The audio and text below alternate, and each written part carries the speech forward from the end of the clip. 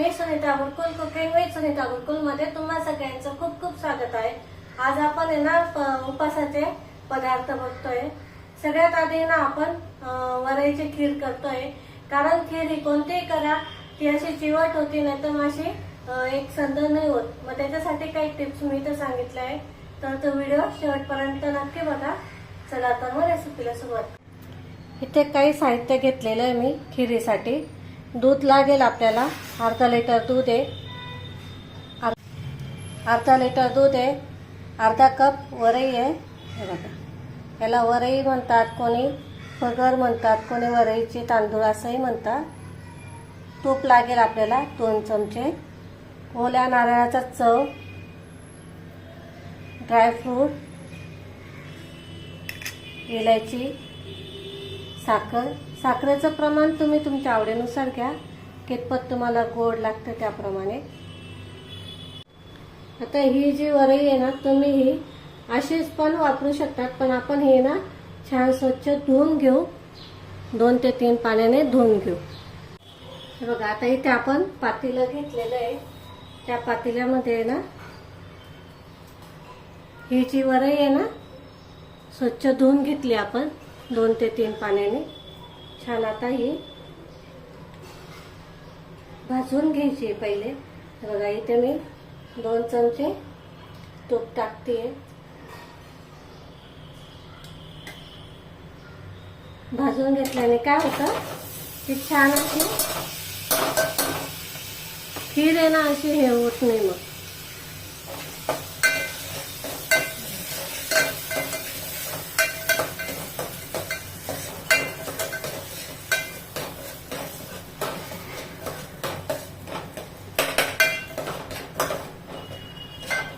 छान अशी भाजून घ्यायची।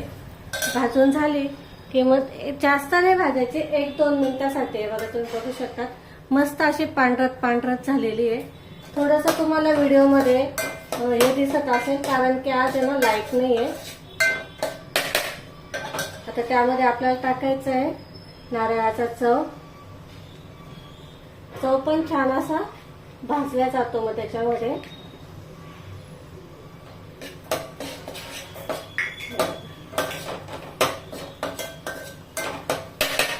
छान मस्त भाजून घ्यायचा।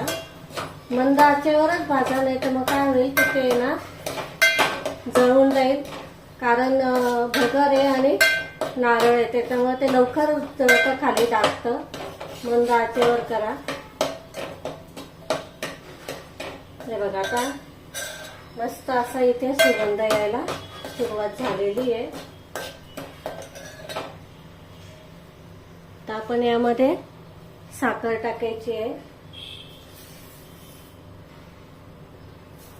मी इथे अर्धा कप वरई घेतली होती, त्याच्यासाठी मी इथे 3 ते 4 चमचे साखर घेतलेली आहे। गोड तुम्ही तुमच्या आवडीनुसार घ्या, तुम्हाला कितपत गोड लागतंय ते। आता याच्यामध्ये आपल्याला पाणी टाकायचं आहे।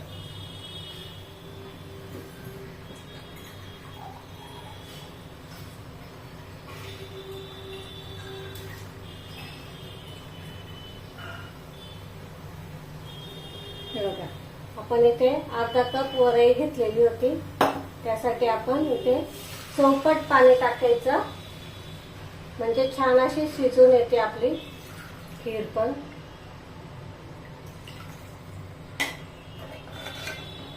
आणि दूध टाकायची गडबड नाही करायची लगेच, दूध आहे ना तर नंतर टाकायचं। गॅस थोडा मोठा करते आता मी।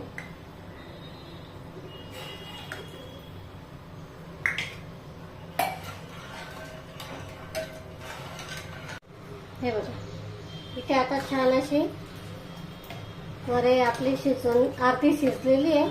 आता आपल्याला याच्यामध्ये दूध टाकायचं आहे। बघा, बघू शकता तुम्ही मस्त छान अशी उकळी पण यायला सुरुवात झालेली आहे। तर यामध्ये दूध टाकायचं आहे। साई सगळं टाकते मी।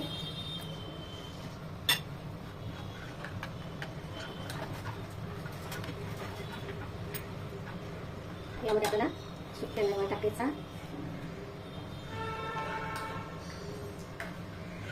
आता ही 1-2 मिनिटासाठी छान अशी उकळू द्यायची. वरई आहे जशी जशी तुम्ही उकळाल किंवा शिजवाल ना तशी तशी ती घट्ट होत जाते.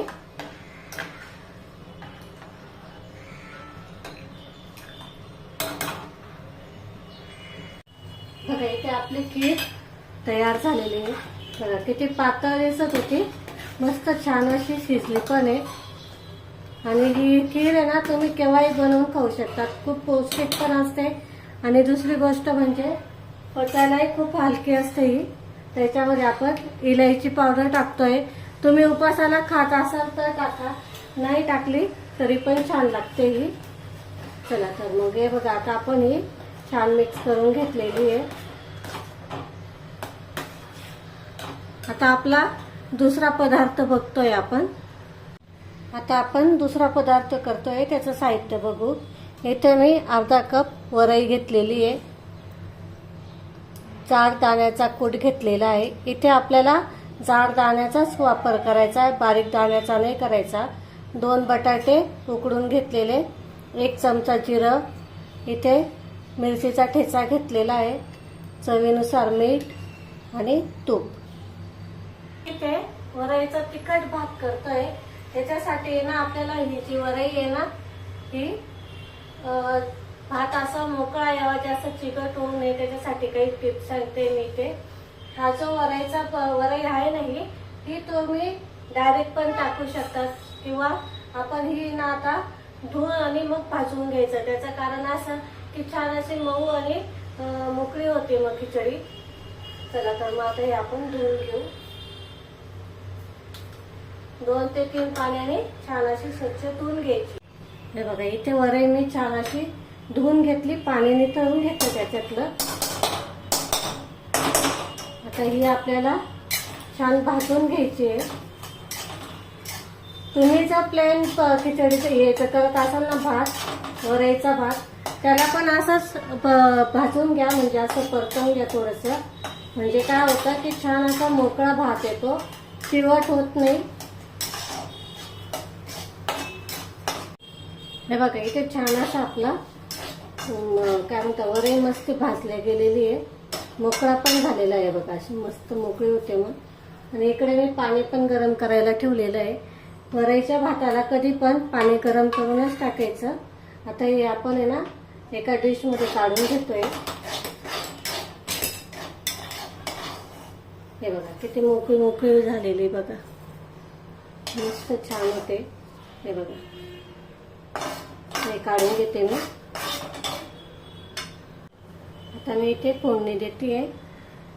बघा 2 चमचे तूप टाकते मी, जास्त नाही याला तूप वगैरे लागत. 2 चमचे भरपूर होतात. तुम्ही इथे शेंगदाण्याचं तेल पण वापरू शकतात तुपाच्या ऐवजी. जिरं टाकते. जिरं जर तुमच्या उपासाला चालत असेल तर टाका, नाही टाकलं तरी काही हरकत नाही आहे. आता इथे आपण हा मिरचीचा ठेचा टाकतोय, छान परतवून घ्यायचंय. आता इथे बटाटे टाकून घ्यायचे, परतवून घ्यायचे बटाटे पण तसे आपण शिजवून घेतलेले ते.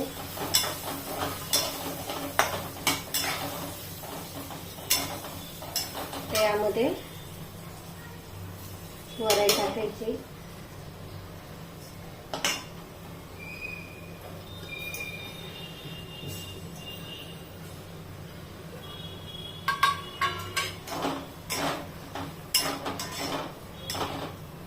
यामध्ये आपल्याला पाणी टाकायचं आहे, गरम पाणी टाकायचं, थंड पाणी नाही टाकायचं आपल्याला. दुप्पट तिप्पट पाणी टाका, म्हणजे छान अशी मऊसूत शिजते.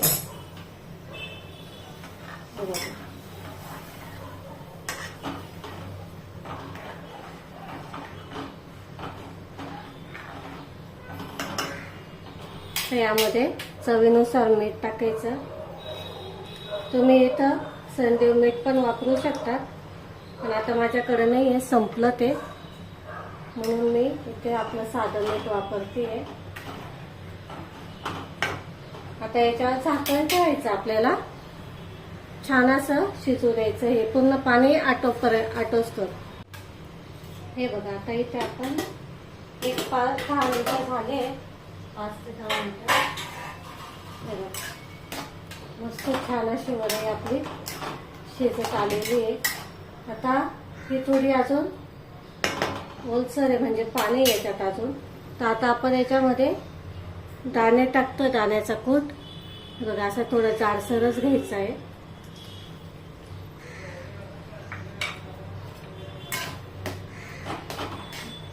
मस्त छान अशी आपली खिचडी बनवून तयार होते.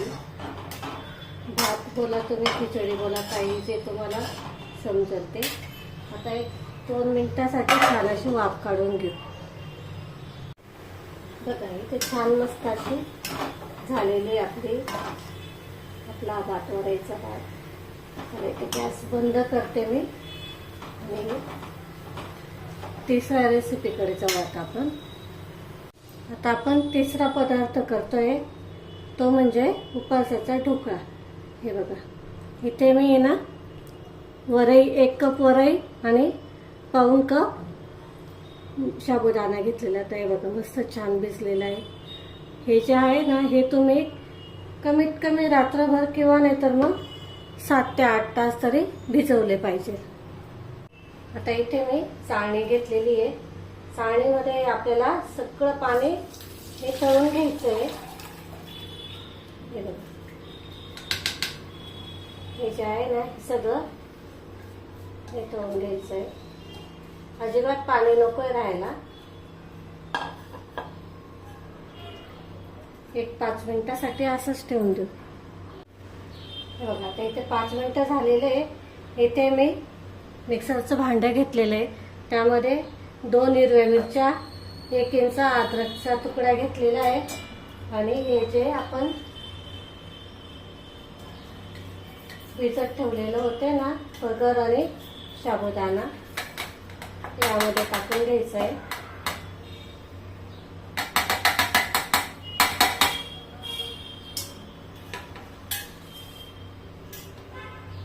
आता यामध्ये जातंय अर्धा कप दही,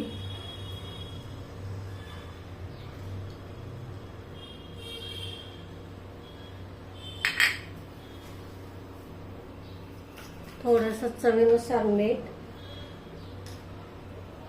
आता हे आपण फिरवून घेऊ मिक्सरला.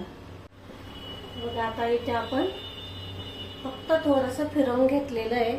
आता यामध्ये आपण अर्धा कप पाणी टाकतोय. पुन्हा छान असं फिरवून घ्यायचं आहे. जास्त बारीक नाही करायचं आपल्याला, हे थोडं रवाळ ठेवायचं आहे. हे बघा, मस्त छान असं दळल्या गेलेलं आहे. आता यामध्ये आपण इनो घालतोय. हे बघा, इथे आता आपण इनो घातलेलं आहे. थोडंसं पाणी टाकायचं अजून त्याच्यावर ॲक्टिवेट होण्यासाठी. आता पुन्हा आपल्याला मिक्सरला फिरवून घ्यायचं आहे. हे बघा, इथे मी ताट घेतलेलं आहे. तर त्याच्यामध्ये टाकून द्यायचं आहे.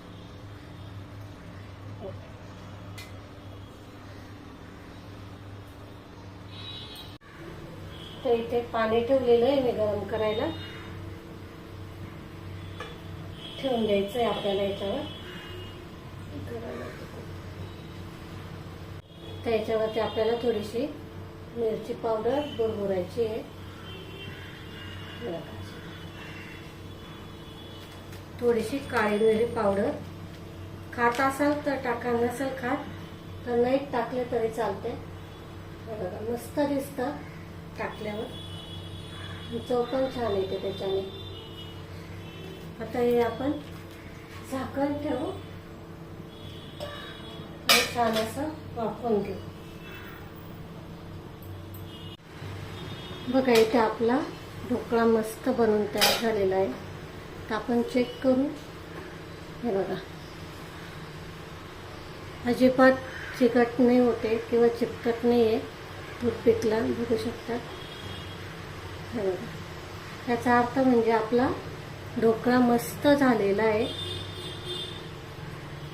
तर मी इथे गॅस बंद करते आणि हा पूर्ण थंड करून घ्यायचा आता आपल्याला. आता इथं आपण चटणी करतोय ढोकळ्यासोबत खायला. त्याच्यासाठी मी इथे अर्धा कप दही घेतलेलं आहे, दाण्याचा कूट घेतलेला आहे, साखर घेतलेली आहे 3 चमचे, चवीनुसार मीठ, लाल तिखट 2 चमचे. आता इथे दही घ्यायचं आहे, अर्धा कप दही घेतलेलं आहे मी. त्यासोबत आपल्याला याच्यामध्ये टाकायचं आहे लाल तिखट, चवीनुसार टाका तुम्ही,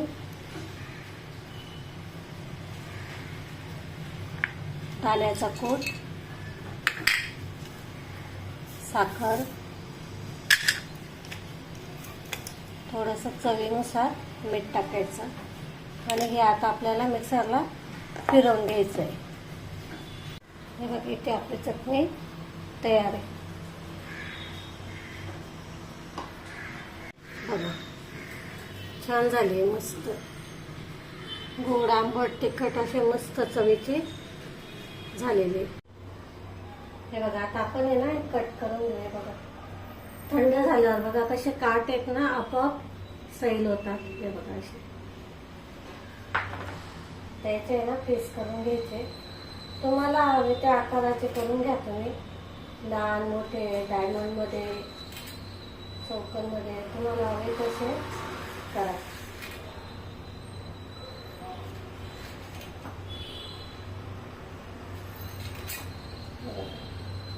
तुम्हाला दाखवते मी.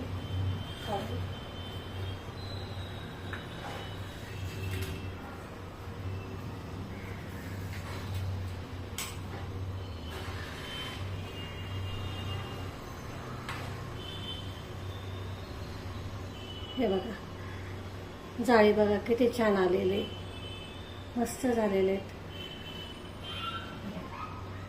किती मऊसूत झालेले.